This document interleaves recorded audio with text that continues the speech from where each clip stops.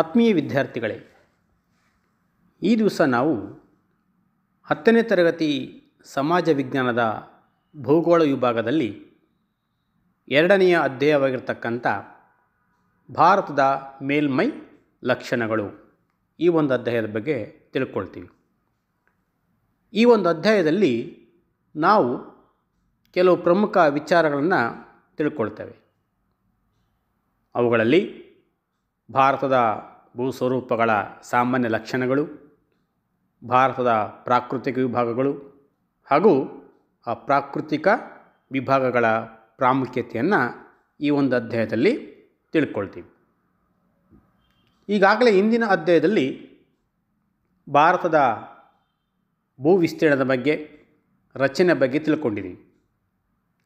ಭಾರತ ಒಂದು ವಿಶಾಲವಾಗಿರ್ತಕ್ಕಂಥ ದೇಶ.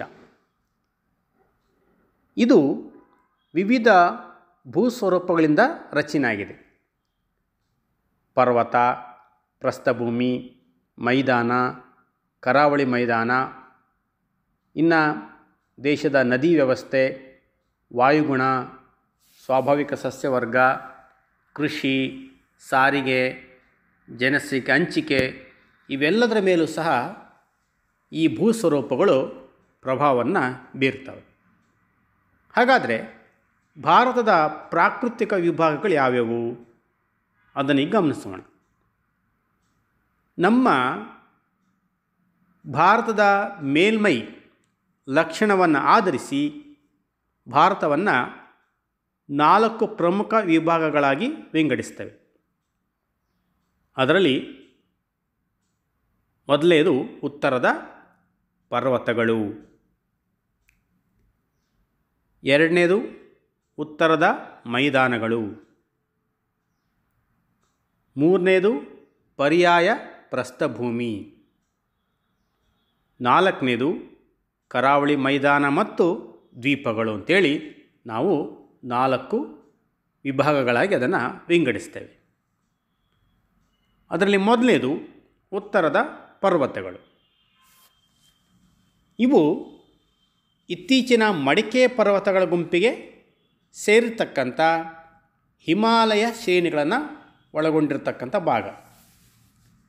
ಇವು ನಮ್ಮ ಭಾರತ ದೇಶದ ಉತ್ತರ ಗಡಿಗೆ ಹೊಂದಿಕೊಂಡಂತೆ ಹಬ್ಬಿರ್ತಕ್ಕಂಥ ಪರ್ವತಗಳ ಶ್ರೇಣಿ. ಅದರಲ್ಲೂ ಪ್ರಪಂಚದಲ್ಲಿ ಎತ್ತರವಾಗಿದ್ದು ಅತ್ಯಂತ ಎತ್ತರವಾಗಿರ್ತಕ್ಕಂಥ ಶಿಖರಗಳನ್ನು, ಆಳವಾದ ಕಣಿವೆಗಳನ್ನು, ಕಂದರಗಳನ್ನು, ಹಿಮನದಿಗಳನ್ನು, ಪರ್ವತ ಘಾಟ್ಗಳನ್ನು ಒಳಗೊಂಡಿರ್ತಕ್ಕಂಥ ಭಾಗ. ಇವು ಪಶ್ಚಿಮದಲ್ಲಿ ಸಿಂಧೂ ನದಿ ಕಂದರದಿಂದ ಪೂರ್ವದಲ್ಲಿ ಬ್ರಹ್ಮಪುತ್ರ ನದಿ ಕಂದರವರೆಗೆ ಸುಮಾರು 2400 ಕಿಲೋಮೀಟರ್ ಉದ್ದಾಗಿದ್ದಾವೆ.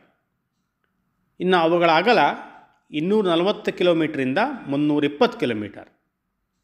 ಪಶ್ಚಿಮದಲ್ಲಿ ಅಗಲಾಗಿದ್ದು ಪೂರ್ವದ ಕಡೆಗೆ ಬಂದ ಹಾಗೆ ಕಿರಿದಾಗ್ತಾ ಬರ್ತಾವೆ.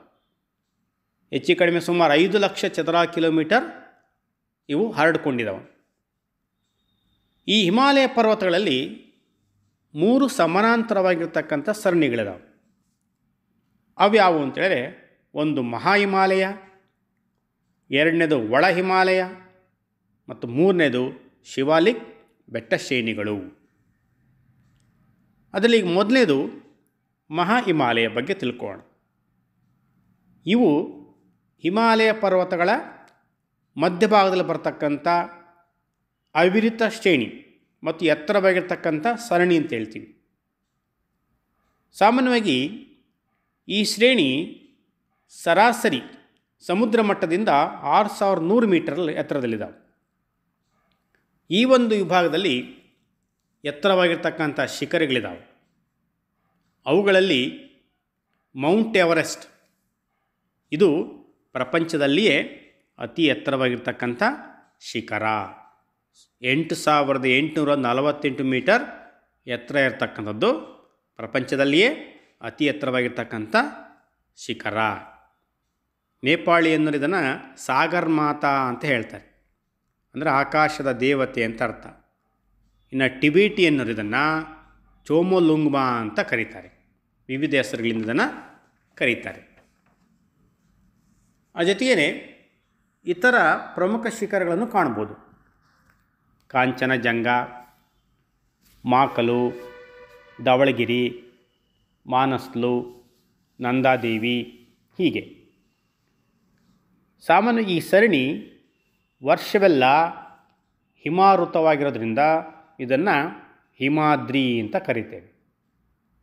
ಇಲ್ಲಿ ಅನೇಕ ನದಿಗಳು ಉಗಮ ತಾಳ್ತವೆ. ಅವುಗಳಲ್ಲಿ ಭಾಳ ಪ್ರಮುಖವಾಗಿರ್ತಕ್ಕಂಥಂದರೆ ಗಂಗೋತ್ರಿ, ಗಂಗಾ ನದಿಯ ಉಗಮ ಸ್ಥಾನ, ಯಮುನೋತ್ರಿ, ಯಮುನಾ ನದಿ. ಅದರ ಜೊತೆಗೆ ಅನೇಕ ಪರ್ವತ ಘಾಟಿಗಳು ಇದ್ದಾವೆ. ಬುರ್ಜಿಲ್ಲು, ಜೋಜಿಲಾ, ಶಿಪ್ಕಿಲಾ ಅಂತೇಳಿ. ಇನ್ನು ಹಿಮಾದ್ರಿ ಸರಣಿಗಳಿಂದ ಉತ್ತರಕ್ಕೆ ಬಂದರೆ ಆ ಪರ್ವತಗಳನ್ನು ಹೊರ ಹಿಮಾಲಯ ಅಂತ ಕರಿತೇವೆ. ಇವು ಕಾರಾಕೋರಂ ಸರಣಿಗಳನ್ನು ಒಳಗೊಂಡಿದ್ದು ಇಲ್ಲಿರ್ತಕ್ಕಂಥ K2 ಅಥವಾ ಗಾಡ್ವಿನ್ ಆಸ್ಟಿನ್ ಇದು ಭಾರತದ ಅತ್ಯಂತ ಎತ್ತರವಾದ ಶಿಖರ. ಮೌಂಟ್ ಎವರೆಸ್ಟು ಪ್ರಪಂಚದಲ್ಲಿ ಅತಿ ಎತ್ತರವಾದ ಶಿಖರ. ಆದರೆ ಭಾರತದ ಅತಿ ಎತ್ತರವಾದ ಶಿಖರ ಯಾವುದು? ಗಾಡ್ವಿನ್ ಆಸ್ಟಿನ್ ಅಂದರೆ K2 ಅಂತ ಹೇಳ್ತೇವೆ. ಇನ್ನು ಒಳ ಹಿಮಾಲಯ ಇದು ಮಹಾ ಹಿಮಾಲಯದ ದಕ್ಷಿಣ ಭಾಗದಲ್ಲಿ ಕಂಡು ಬರ್ತಕ್ಕಂಥದ್ದು. ಇದನ್ನು ಹಿಮಾಚಲ್ ಸರಣಿ ಅಂತಲೂ ಕರಿತೇವೆ. ಸುಮಾರು 60-80 ಕಿಲೋಮೀಟರ್ ಅಗಲ ಮತ್ತು 1500ರಿಂದ 4500 ಕಿಲೋಮೀಟರ್ ಎತ್ತರ ಆಗಿದೆ. ಪೂರ್ವ ಭಾಗಕ್ಕೆ ಬಂದರೆ ಎಲ್ಲ ಅರಣ್ಯಗಳಿಂದ ಆವೃತವಾಗಿದ್ದು ಸಮಾನಾಂತರವಾಗಿರ್ತಕ್ಕಂಥ ಶ್ರೇಣಿಗಳನ್ನು ಕಾಣ್ತೇವೆ, ಸರಣಿಗಳನ್ನು ಕಾಣ್ತೇವೆ. ಇಲ್ಲಿ ಕಂಡುಬರ್ತಕ್ಕಂಥ ಫಿರ್ ಪಂಜಾಲ್, ಧವಲಧರ್, ನಾಗ್ತಿಬ್ಬ, ಮುಸ್ಸೋರಿ, ಮಹಾಭಾರತ್ ಮತ್ತು ಡಾರ್ಜಿಲಿಂಗ್ ಈ ಸರಣಿಗಳನ್ನು ನಾವಿಲ್ಲಿ ಕಾಣ್ತೇವೆ.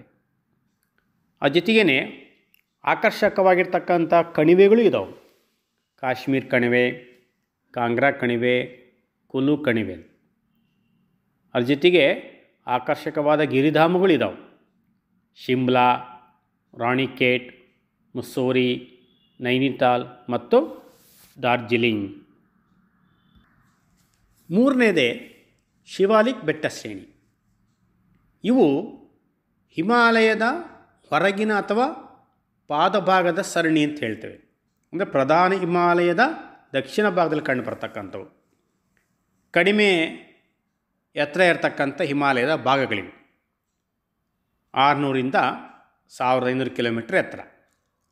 ಇನ್ನು ಅಗಲಕ್ಕೆ ಬಂದರೆ 15ರಿಂದ 150 ಕಿಲೋಮೀಟರ್. ಇವು ಜಮ್ಮು ಕಾಶ್ಮೀರದಿಂದ ಅರುಣಾಚಲ ಪ್ರದೇಶವರೆಗೆ ಹಬ್ಬಿರ್ತಾವೆ. ಇಲ್ಲಿ ಸಮತಟ್ಟಾಗಿರ್ತಕ್ಕಂಥ ತಳವುಳ್ಳ ಕಣಿವೆಗಳೇ ಹೆಚ್ಚಾಗಿದ್ದಾವೆ. ಅದಕ್ಕೆ ಅವುಗಳನ್ನು ಡೂನ್ಸ್ ಅಂತ ಕರೀತಾರೆ. ಇದಕ್ಕೆ ಉತ್ತಮ ಉದಾಹರಣೆ ಅಂದರೆ ಡೆಹ್ರಾಡೂನ್. ಹೀಗೆ 3 ವಿಭಾಗಗಳ ಬಗ್ಗೆ ನಾವೇ ತಿಳ್ಕೊಂಡ್ವಿ. ಹಾಗಾದರೆ ಈ ಉತ್ತರದ ಪರ್ವತಗಳಿಂದ ನಮಗೆ ಏನು ಪ್ರಯೋಜನ ಇದೆ, ಪ್ರಾಮುಖ್ಯತೆ ಇದೆ?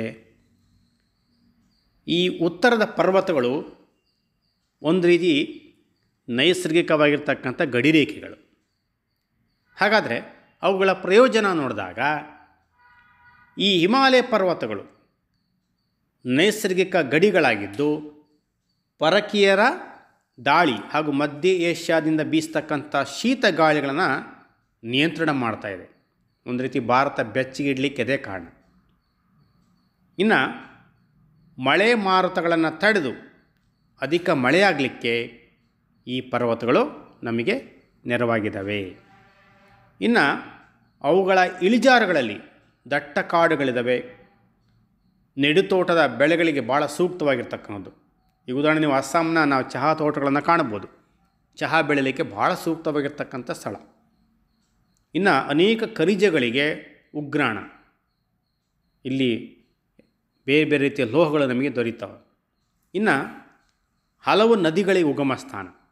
ಈಗಾಗಲೇ ಹೇಳಿದ ಗಂಗಾ, ಬ್ರಹ್ಮಪುತ್ರ, ಯಮುನಾ, ಇಲ್ಲಿ ಅನೇಕ ನದಿಗಳು ಉಗಮ ಆಗ್ತವೆ.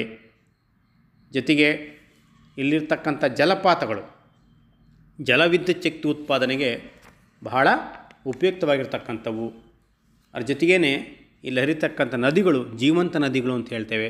ವರ್ಷವೆಲ್ಲ ಹರಿತವೆ. ಇದು ಭಾರತದ ಪ್ರಾಕೃತಿಕ ವಿಭಾಗಗಳಲ್ಲಿ ಮೊದಲನೇದು, ಉತ್ತರದ ಪರ್ವತಗಳು ಅಂತ. ನಂತರದಲ್ಲಿ ನಾವು ಎರಡನೇ ಭಾಗ ಉತ್ತರದ ಮೈದಾನ. ಈ ಹಿಮಾಲಯ ಪರ್ವತಗಳು ಮತ್ತು ಪರ್ಯಾಯ ಪ್ರಸ್ಥಭೂಮಿ ಏನು ಕಂಡುಬರುತ್ತೋ ಅವುಗಳ ಮಧ್ಯಭಾಗದಲ್ಲಿ ವಿಸ್ತರಣೆ ಮಾಡಿಕೊಂಡಿರ್ತಕ್ಕಂಥದ್ದೇ ಈ ಉತ್ತರದ ಮೈದಾನ. ಈ ಸಟ್ಲೇಜ್ ನದಿ, ಗಂಗಾ ನದಿ ಮತ್ತು ಬ್ರಹ್ಮಪುತ್ರ ಈ ಮೂರೂ ನದಿಗಳ ಸಂಚಯ ಕಾರ್ಯದಿಂದ ನಿರ್ಮಾಣಗೊಂಡಿರ್ತಕ್ಕಂಥ ಭಾಗ. ಜೊತೆಗೇ ಪ್ರಪಂಚದ ಅತಿ ವಿಶಾಲವಾಗಿರ್ತಕ್ಕಂಥ ಮೆಕ್ಕಲು ಮಣ್ಣು ಮೈದಾನ ಅಂತ ಹೇಳ್ತೀವಿ. ಇದರ ವಿಸ್ತೀರ್ಣ ಗಮನಿಸಿದರೆ ಪೂರ್ವ ಪಶ್ಚಿಮವಾಗಿ 2500 ಕಿಲೋಮೀಟರ್ ಉದ್ದಾಗಿದೆ. ಸರಾಸರಿ ಅಗಲಕ್ಕೆ ಬಂದರೆ 240ರಿಂದ 340 ಕಿಲೋಮೀಟರ್. ಒಟ್ಟಾರೆ ವಿಸ್ತೀರ್ಣ 7 ಲಕ್ಷ ಚದರ ಕಿಲೋಮೀಟರ್ ಪ್ರದೇಶವನ್ನು ಆವರಿಸಿರ್ತಕ್ಕಂಥದ್ದು. ಅನಂತರ ಸಮತಟ್ಟಾಗಿರ್ತಕ್ಕಂಥ ಮೈದಾನ. ಈ ಭಾಗದ ವಿಶೇಷ ಏನಪ್ಪ ಅಂತೇಳಿದ್ರೆ ಇದರ ಮೇಲ್ಭಾಗದಲ್ಲಿ ಎಲ್ಲೂ ಸಹ ಕಲ್ಲುಗಳನ್ನು ಕಾಣಲಿಕ್ಕೆ ಸಾಧ್ಯತೆ ಇಲ್ಲ. ಹಾಗಾಗಿ ಬಹಳ ಫಲವತ್ತಾಗಿರ್ತಕ್ಕಂಥ ಭೂಮಿ. ಈಗ ಇದರ ಪ್ರಾಮುಖ್ಯತೆ ನೋಡಿದರೆ ಈ ಭಾಗ ವಿಶಾಲವಾಗಿರ್ತಕ್ಕಂಥ ಮೈದಾನ ಆಗಿದ್ದು ಬಹಳ ಫಲವತ್ತಾಗಿದೆ.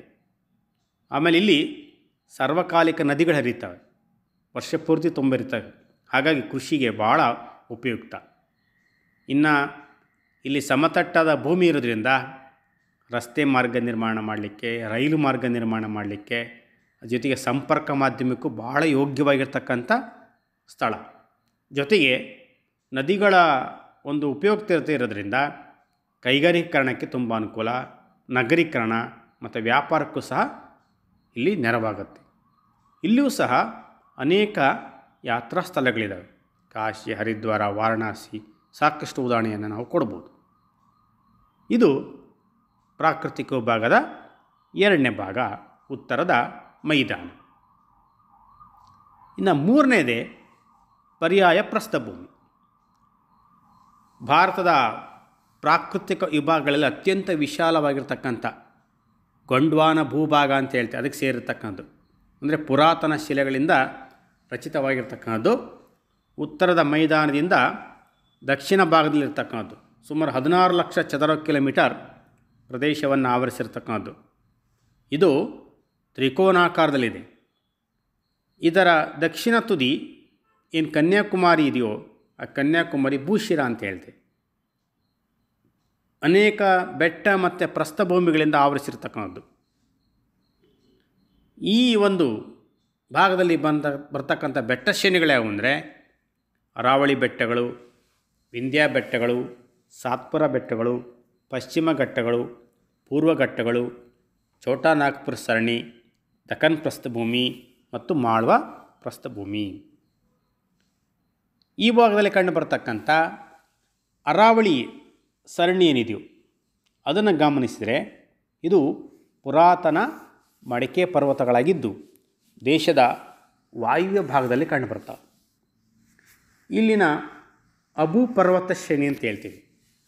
ಆ ಅಬು ಪರ್ವತ ಶ್ರೇಣಿಯಲ್ಲಿ ಕಂಡುಬರ್ತಕ್ಕಂಥ ಗುರುಶಿಖರ 1772 ಮೀಟರ್ ಎತ್ತರ ಇರತಕ್ಕಂಥ ಗುರುಶಿಖರ ಅತಿ ಎತ್ತರವಾಗಿರ್ತಕ್ಕಂಥ ಪರ್ವತ. ಇನ್ನು ವಿಂಧ್ಯ ಸರಣಿಯು ನರ್ಮದಾ ನದಿ ಕಣಿವೆಯ ಉತ್ತರದ ಅಂಚಿಗೆ ಹೊಂದಿಕೊಂಡಂತೆ ಹಬ್ಬಿದೆ. ಇವುಗಳ ದಕ್ಷಿಣಕ್ಕೆ ನರ್ಮದಾ ಮತ್ತು ತಾಪಿ ನದಿಗಳ ನಡುವೆ ಪೂರ್ವ ಪಶ್ಚಿಮವಾಗಿ ಸಾತ್ಪುರ ಬೆಟ್ಟ ಶ್ರೇಣಿಗಳು ಕಂಡುಬರ್ತವೆ. ಇನ್ನು ಈ ಭಾಗದಲ್ಲಿ ಮತ್ತೊಂದು ಪ್ರಮುಖವಾಗಿರ್ತಕ್ಕಂಥ ಘಟ್ಟ ಶ್ರೇಣಿ ಅಂದರೆ ಪಶ್ಚಿಮ ಘಟ್ಟಗಳು. ಈ ತಾಪಿ ನದಿ ಕಣಿವೆಯಿಂದ ಕನ್ಯಾಕುಮಾರಿ ಭೂಶಿರ ಏನಿದೆಯೋ ಅಲ್ಲಿಯವರೆಗೆ ಪಶ್ಚಿಮ ಕರಾವಳಿಗೆ ಅಂದರೆ ಅರಬ್ಬಿ ಸಮುದ್ರ ಶ್ರೇಣಿ ಸಮಾನಾಂತರವಾಗಿ ಹಬ್ಬಿರ್ತಕ್ಕಂಥ ಶ್ರೇಣಿ. ಇವುಗಳಿಗೆ ಮತ್ತೊಂದು ಹೆಸರಿಂದ ಕರಿತೇವೆ ಪಶ್ಚಿಮ ಘಟ್ಟಗಳನ್ನು. ಅದ್ಯಾವುದು? ಸಹ್ಯಾದ್ರಿ ಶ್ರೇಣಿ ಅಂತ ಹೇಳ್ತೀವಿ. ಸಹ್ಯಾದ್ರಿ ಸರಣಿ ಅಥವಾ ಸಹ್ಯಾದ್ರಿ ಪರ್ವತ ಶ್ರೇಣಿ ಅಂತ ಕರೀತೇವೆ. ಇವುಗಳು ನಿರಂತರವಾಗಿರ್ತಕ್ಕಂಥ ಸರಣಿಗಳು. ಪಶ್ಚಿಮ ಭಾಗ ಅಲ್ಲೆಲ್ಲೇ ಕಡಿದಾಗಿದ್ದು ಪೂರ್ವ ಭಾಗ ಒಂದು ರೀತಿ ಬಳಿದಾಗಿದೆ. ಬೋರ್ಘಾಟು, ತಾಲ್ಘಾಟು, ಪಾಲ್ಘಾಟ್ ಇಲ್ಲಿರ್ತಕ್ಕಂಥ ಪ್ರಮುಖ ಪರ್ವತ ಘಾಟಿಗಳು. ಈ ಪಶ್ಚಿಮ ಘಟ್ಟಗಳು ಪಾಲ್ಘಾಟ್ ಕಣಿವೆಯ ದಕ್ಷಿಣಕ್ಕೆ ಅಣ್ಣಾಮಲೈ, ಪಳನಿ ಮತ್ತು ಕಾರ್ಡಮಮ್, ಇಲಾಮಲೈ ಅಂತ ಹೇಳ್ತೀವಿ, ಈ ಸರಣಿಗಳನ್ನು ನಾವು ಕಾಣ್ಬೋದು. ಈ ಪಶ್ಚಿಮ ಘಟ್ಟಗಳ ಅಣ್ಣಾಮಲೈ ಬೆಟ್ಟ ಶ್ರೇಣಿನಿದು, ಆ ಬೆಟ್ಟ ಶ್ರೇಣಿಯಲ್ಲಿ ಕಂಡು ಬರತಕ್ಕಂಥ ಅಣೈಮುಡಿ 2695 ಮೀಟರ್ ಎತ್ತರ ಇರತಕ್ಕಂಥ ಅಣೈಮುಡಿ, ಇದು ದಕ್ಷಿಣ ಭಾರತದ ಅತಿ ಎತ್ತರವಾಗಿರ್ತಕ್ಕಂಥ ಶಿಖರ. ಇನ್ನು ಪೂರ್ವ ಘಟ್ಟಗಳಿಗೆ ಬಂದರೆ ಭಾರತದ ಪೂರ್ವ ಕರಾವಳಿಗೆ ಹೊಂದಿಕೊಂಡಂತೆ ಹಬ್ಬಿರ್ತಕ್ಕಂಥವು. ಅಂದರೆ ಉತ್ತರದಲ್ಲಿ ಮಹಾನದಿ ಕಣಿವೆಯಿಂದ ದಕ್ಷಿಣದಲ್ಲಿ ನೀಲಗಿರಿ ಬೆಟ್ಟಗಳವರೆಗೆ ವಿಸ್ತರಿಸಿಕೊಂಡಿರ್ತಕ್ಕಂಥವು. ಇಲ್ಲಿ ಪಶ್ಚಿಮ ಘಟ್ಟಗಳು ಮತ್ತು ಪೂರ್ವ ಘಟ್ಟಗಳು ಇವೆಲ್ಲವೂ ಸಹ ನೀಲಗಿರಿ ಬೆಟ್ಟ ಶ್ರೇಣಿಯಲ್ಲಿ ಕಂಡುಬರುತ್ತೋ ಅಲ್ಲಿ ಸಂಧಿಸ್ತವೆ. ಅಂದರೆ ಈ ಪೂರ್ವ ಘಟ್ಟಗಳು ಪಶ್ಚಿಮ ಘಟ್ಟಗಳ ಥರ ಎತ್ತರ ಆಗಿಲ್ಲ ಮತ್ತು ನಿರಂತರವೂ ಇಲ್ಲ. ಅಲ್ಲಲ್ಲೇ ಪೂರ್ವಕ್ಕೆ ಹರಿತಕ್ಕಂಥ ನದಿ ಕಣಿವೆಗಳಿಂದ ಪ್ರತ್ಯೇಕಗೊಂಡಿರ್ತಕ್ಕಂಥವು. ಸೊ ಈ ಒಂದು ಪೂರ್ವ ಘಟ್ಟ ಶ್ರೇಣಿಗಳಲ್ಲಿ ಹರ್ಮಕೊಂಡ ಶ್ರೇಣಿ ಏನಿದೆಯೋ ಇದು ಅತಿ ಎತ್ತರವಾಗಿರ್ತಕ್ಕಂಥ ಶಿಖರ. ಪಶ್ಚಿಮ ಘಟ್ಟಗಳಲ್ಲಿ ಅಣೈಮುಡಿ, ಪೂರ್ವ ಘಟ್ಟಗಳಲ್ಲಿ ಹರ್ಮಕೊಂಡ. ಇನ್ನು ದಖನ್ ಪ್ರಸ್ಥಭೂಮಿಯ ವಾಯುವ್ಯ ಭಾಗದಲ್ಲಿ ಸಾತ್ಪುರ ಮತ್ತು ವಿಂಧ್ಯ, ಪಶ್ಚಿಮದಲ್ಲಿ ಪಶ್ಚಿಮ ಘಟ್ಟ ಮತ್ತು ಪೂರ್ವ ಭಾಗದಲ್ಲಿ ಪೂರ್ವ ಘಟ್ಟ. ಇನ್ನು ಉತ್ತರದಲ್ಲಿ ಮಹಾದೇವ್ ಮತ್ತು ಮೈಕೇಲ್ ಬೆಟ್ಟ ಶ್ರೇಣಿ ಅಂತ ಕರೀತೇವೆ, ಅಲ್ಲಿವರೆಗೂ ವಿಸ್ತರಿಸ್ಕೊಂಡಿದ್ದಾವೆ. ಛೋಟಾ ನಾಗ್ಪುರ ಸರಣಿ ಪರ್ಯಾಯ ಪ್ರಸ್ಥಭೂಮಿಯ ಈಶಾನ್ಯ ಭಾಗದಲ್ಲಿ ಕಂಡುಬರ್ತಕ್ಕಂಥವು. ಹಾಗಾದರೆ ಈ ಪರ್ಯಾಯ ಪ್ರಸ್ಥಭೂಮಿಯ ಪ್ರಾಮುಖ್ಯತೆ ಏನು ಅಂತ ನೋಡಿದರೆ, ಸಾಮಾನ್ಯವಾಗಿ ಈ ಪರ್ಯಾಯ ಪ್ರಸ್ಥಭೂಮಿ ಸಮೃದ್ಧವಾಗಿರ್ತಕ್ಕಂಥ ಖನಿಜಗಳಿಂದ ಕೂಡಿರ್ತಕ್ಕಂಥ ಭಾಗ. ಆ ಜೊತೆಗೇ ದಟ್ಟವಾಗಿರ್ತಕ್ಕಂಥ ಕಾಡುಗಳಿದ್ದಾವೆ. ಅದಲ್ಲದೆ ವೈವಿಧ್ಯಮಯವಾಗಿರ್ತಕ್ಕಂಥ ಜೈವಿಕ ತಳಿಗಳಿದ್ದಾವೆ. ಇನ್ನು ನೈಋತ್ಯ ಮಾನ್ಸೂನ್ ಮಾರುತಗಳ ಮೇಲೆ ಪ್ರಭಾವ ಬೀರ್ತಕ್ಕಂಥವು ಇಲ್ಲಿರ್ತಕ್ಕಂಥ ಬೆಟ್ಟ ಶ್ರೇಣಿಗಳು. ಅತಿ ಹೆಚ್ಚು ಮಳೆ ಆಗಲಿಕ್ಕೆ ಕಾರಣ, ಪಶ್ಚಿಮ ಘಟ್ಟಗಳು ಅತಿ ಹೆಚ್ಚು ಮಳೆ ಆಗಲಿಕ್ಕೆ ಕಾರಣ ಆಗುತ್ತೆ. ಆಮೇಲೆ ಎಲ್ಲ ಕಪ್ಪು ಮಣ್ಣಿಂದನೇ ಕೂಡಿದ್ರಿಂದ ಕೃಷಿಗೆ ತುಂಬ ಪೂರಕ ಅಂತ ಹೇಳ್ತೇವೆ. ಅದ್ರ ಜೊತೆಗೇ ಅನೇಕ ದಕ್ಷಿಣ ಭಾರತ ನದಿಗಳಿಗೆ ಉಗಮ ಸ್ಥಾನವೂ ಹೌದು. ಭಾಳಷ್ಟು ನದಿಗಳು ಉದಾಹರಣೆ ಕೊಡ್ಬೋದು. ನರ್ಮದಾ, ಕೃಷ್ಣ, ಕಾವೇರಿ, ಗೋದಾವರಿ, ಕೃಷ್ಣ, ತುಂಗ, ಭದ್ರಾ, ಸಾಕಷ್ಟು ನದಿಗಳು.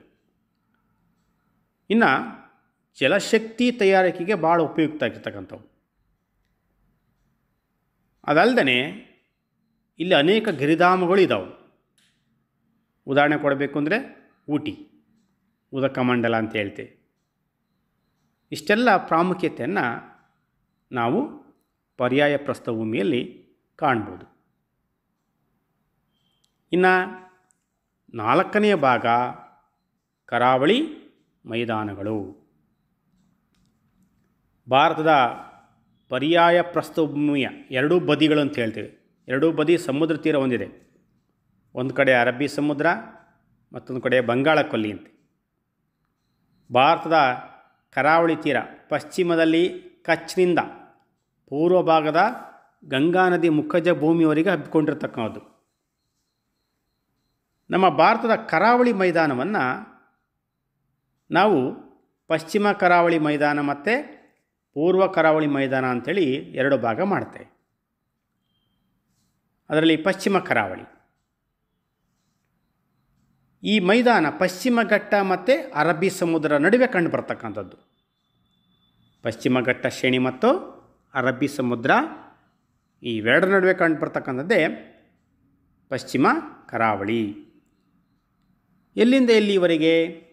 ಗುಜರಾತಿನ ಕಚ್ ಪ್ರದೇಶ. ಆ ಕಚ್ನಿಂದ ಕನ್ಯಾಕುಮಾರಿವರೆಗೆ ಈ ಪಶ್ಚಿಮ ಕರಾವಳಿ ವಿಸ್ತರಿಸಿಕೊಂಡಿದೆ. ಅಂದರೆ ಸ್ವಲ್ಪ ಕಿರಿದಾಗಿದ್ದು, ಕಡಿದಾದ ಇಳಿಜಾರು ಮತ್ತು ಶಿಲಾಮಯ, ಶಿಲೆಗಳೇ ಜಾಸ್ತಿ. ಅಂದರೆ ಇನ್ನು 3 ಭಾಗ ವಿಂಗಡಿಸ್ತೀವಿ ನಾವು ಪಶ್ಚಿಮ ಕರಾವಳಿಯನ್ನು.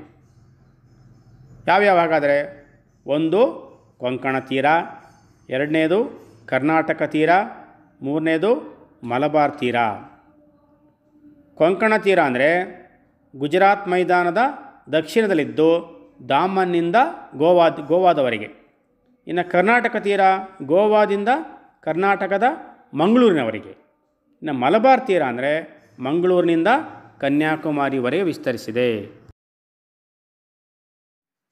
ಇನ್ನು ಪೂರ್ವ ಕರಾವಳಿ ಬಂದರೆ, ಪೂರ್ವ ಕರಾವಳಿ ಈ ಮೈದಾನ ಸುವರ್ಣರೇಖಾ ನದಿಯ ಉತ್ತರ ಭಾಗದಿಂದ ಕನ್ಯಾಕುಮಾರಿವರೆಗೆ ವಿಸ್ತರಿಸಿಕೊಂಡಿದೆ. ಇದು ಪೂರ್ವ ಘಟ್ಟಗಳು ಮತ್ತು ಬಂಗಾಳ ಕೊಲ್ಲಿಗಳ ನಡುವೆ ನೆಲೆಸಿದೆ. ಪಶ್ಚಿಮ ಕರಾವಳಿಗಿಂತ ಸ್ವಲ್ಪ ಅಗಲಾಗಿದೆ. ಇನ್ನು ಪೂರ್ವಕ್ಕೆ ಹರಿತಕ್ಕಂಥ ಅನೇಕ ದಕ್ಷಿಣ ಭಾರತದ ನದಿಗಳು ಈ ಮೂಲಕನೇ ಹರಿತಾವೆ. ಅವು ನದಿ ಮುಖಜ ಭೂಮಿಯನ್ನು ನಿರ್ಮಿಸಿವೆ. ಅಂದರೆ ನದಿಗಳು ಸಮುದ್ರವನ್ನು ಸೇರ್ತಕ್ಕಂಥ ಜಾಗ. ಉದಾಹರಣೆಗೆ ಮಹಾನದಿ, ಗೋದಾವರಿ, ಕೃಷ್ಣ ಮತ್ತು ಕಾವೇರಿ. ಈ ಪೂರ್ವ ಕರಾವಳಿಯನ್ನು ನಾವು 2 ಭಾಗ ಮಾಡ್ತೇವೆ. ಒಂದು ಉತ್ತರ ಸರ್ಕಾರ ತೀರ, ಮತ್ತೊಂದು ಕೋರಮಂಡಲ ತೀರ ಅಂತೇಳಿ 2 ಭಾಗ ಮಾಡ್ತೇವೆ. ಈ ಕೃಷ್ಣಾ ನದಿ ಮುಖಜದಿಂದ ಉತ್ತರಕ್ಕಿರ್ತಕ್ಕಂಥ ಭಾಗ ಉತ್ತರ ಸರ್ಕಾರ ತೀರ. ಇದರಿಂದ ದಕ್ಷಿಣಕ್ಕಿರ್ತಕ್ಕಂಥ ಭಾಗವನ್ನು ನಾವು ಕೋರಮಂಡಲ ತೀರ ಅಂತ ಕರಿತೇವೆ. ಈ ಪೂರ್ವ ಕರಾವಳಿಯಲ್ಲಿ ಕೆಲವು ಲಗೂನ್ ಸರೋವರಗಳಿದಾವೆ. ಅವು ಯಾವುವು ಅಂದರೆ ಚಿಲ್ಕಾ, ಪುಲಿಕೇಟ್ ಮತ್ತು ಕೊಲ್ಲೇರ್ ಸರೋವರಗಳು ಅಂತೇಳಿ. ಹಾಗಾದರೆ ಈ ಕರಾವಳಿ ಮೈದಾನದ ಪ್ರಾಮುಖ್ಯತೆ ಏನು ಅಂತ ನೋಡ್ತಾ ಬಂದರೆ, ಭಾರತದ ಕರಾವಳಿ ಮೈದಾನಗಳು ಕೆಲವು ನೈಸರ್ಗಿಕವಾಗಿರ್ತಕ್ಕಂಥ ಬಂದರುಗಳಿಗೆ ಪೂರಕ ಆಗಿದಾವೆ. ಇದರಿಂದ ಭಾರತದ ವಿದೇಶಿ ವ್ಯಾಪಾರ ವೃದ್ಧಿ ಆಗಲಿಕ್ಕೆ ಅನುವು ಮಾಡಿಕೊಟ್ಟಿದ್ದಾವೆ. ಹಾಗಾದರೆ ಅವ್ಯಾವು? ಕಾಂಡ್ಲಾ, ಮುಂಬೈ, ಮರ್ಮಗೋವಾ, ಕೊಚ್ಚಿ, ವಿಶಾಖಪಟ್ಟಣ, ಕೋಲ್ಕತ್ತಾ ಇತ್ಯಾದಿ. ಅಲ್ಲದೆ ಕರಾವಳಿಗೆ ಮೀನುಗಾರಿಕೆ, ಹಡಗು ನಿರ್ಮಾಣ ಕೈಗಾರಿಕೆ, ಕೃಷಿ ಮತ್ತು ಉಪ್ಪು ಉತ್ಪಾದನೆಗೂ ಸಹ ಅನುಕೂಲವಾಗಿದೆ. ಅದರಲ್ಲದೆ ನೌಕಾಯಾನ ಮತ್ತು ಆಕರ್ಷಕ ಬೀಚ್ಗಳಿಂದ ಕೂಡಿರೋದ್ರಿಂದ ಪ್ರವಾಸೋದ್ಯಮ ಅಭಿವೃದ್ಧಿಗೆ ನೆರವಾಗ್ತಾ ಇದೆ. ಇದಿಷ್ಟು ಕರಾವಳಿ ಮೈದಾನ. ಇನ್ನು ಕೊನೆಯದಾಗಿ ನಾವು ಭಾರತದ ದ್ವೀಪಗಳನ್ನು ನೋಡಿದರೆ, ಭಾರತದಲ್ಲಿ 247 ದ್ವೀಪಗಳಿದ್ದಾವೆ. ಅವುಗಳಲ್ಲಿ 204 ಬಂಗಾಳ ಕೊಲ್ಲಿಯಲ್ಲಿ ಮತ್ತು 43 ಅರಬ್ಬಿ ಸಮುದ್ರಗಳಲ್ಲಿದ್ದಾವೆ. ಅಂಡಮಾನ್ ಮತ್ತು ನಿಕೋಬಾರ್ ದ್ವೀಪಗಳು ಬಂಗಾಳ ಕೊಲ್ಲಿಯಲ್ಲಿದ್ದಾವೆ. ಲಕ್ಷದ್ವೀಪಗಳು ಅರಬ್ಬಿ ಸಮುದ್ರದಲ್ಲಿದ್ದು ಅವುಗಳನ್ನು ಹವಳದ ದ್ವೀಪಗಳಾಗಿದ್ದಾವೆ. ಇದು ಭಾರತದ ದ್ವೀಪಗಳು. ಇವಿಷ್ಟು ನಮ್ಮ ಭಾರತದ ಮೇಲ್ಮೈ ಲಕ್ಷಣಗಳು ಅಥವಾ ಪ್ರಾಕೃತಿಕ ವಿಭಾಗಗಳ ಬಗ್ಗೆ ನಾವು ತಿಳ್ಕೊಂಡಿ ಮಕ್ಕಳೇ. ಈ ಒಂದು ಅಧ್ಯಾಯದಲ್ಲಿ ಕೆಲವು ಅಭ್ಯಾಸಗಳನ್ನು ಗಮನಿಸೋಣ. ಮೊದಲನೇದಾಗಿ ಬಿಟ್ಟಿರತಕ್ಕಂಥ ಸ್ಥಳಗಳನ್ನು ಸೂಕ್ತವಾಗಿರ್ತಕ್ಕಂಥ ಉತ್ತರಗಳಿಂದ ತುಂಬಿ ನಿಂತಿದೆ. ಮೊದಲನೇದು, ಮಹಾ ಹಿಮಾಲಯ ಸರಣಿಗಳನ್ನು ಡ್ಯಾಶ್ ಎಂತಲೂ ಕರೆಯಲಾಗುತ್ತದೆ. ಉತ್ತರ ಹಿಮಾದ್ರಿ. ಎರಡನೇದು, ಒಳ ಹಿಮಾಲಯಗಳನ್ನು ಡ್ಯಾಶ್ ಎಂತಲೂ ಕರೆಯುತ್ತಾರೆ. ಉತ್ತರ ಹಿಮಾಚಲ್. ದಕ್ಷಿಣ ಭಾರತದಲ್ಲೇ ಡ್ಯಾಶ್ ಅತಿ ಎತ್ತರವಾದ ಶಿಖರ. ಉತ್ತರ ಅಣೈಮುಡಿ. ಪೂರ್ವ ಘಟ್ಟಗಳು ಮತ್ತು ಪಶ್ಚಿಮ ಘಟ್ಟಗಳನ್ನು ಡ್ಯಾಶ್ ಬೆಟ್ಟಗಳಲ್ಲಿ ಸಂಧಿಸುತ್ತವೆ. ಉತ್ತರ ನೀಲಗಿರಿ ಬೆಟ್ಟ.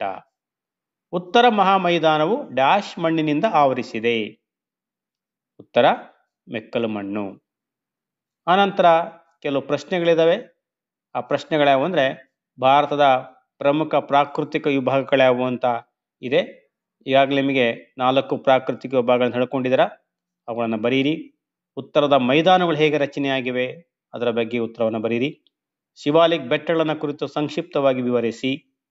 ಪೂರ್ವ ಘಟ್ಟ ಮತ್ತು ಪಶ್ಚಿಮ ಘಟ್ಟಗಳಿಗಿರ್ತಕ್ಕಂಥ ಹೋಲಿಕೆ ಮತ್ತು ವ್ಯತ್ಯಾಸಗಳನ್ನು ತಿಳಿಸಿ. ಅನಂತರ ಉತ್ತರ ಪರ್ವತಗಳ ಪ್ರಾಮುಖ್ಯತೆಯನ್ನು ತಿಳಿಸಿ. ಅದ್ರ ಜೊತೆಗೆ ಕೆಲವು ಚಟುವಟಿಕೆಗಳು ಮತ್ತು ಯೋಜನಾ ಕಾರ್ಯಗಳಿದ್ದಾವೆ, ಅದನ್ನು ನಿರ್ವಹಿಸಿ ಮಕ್ಕಳೇ. ಧನ್ಯವಾದಗಳು.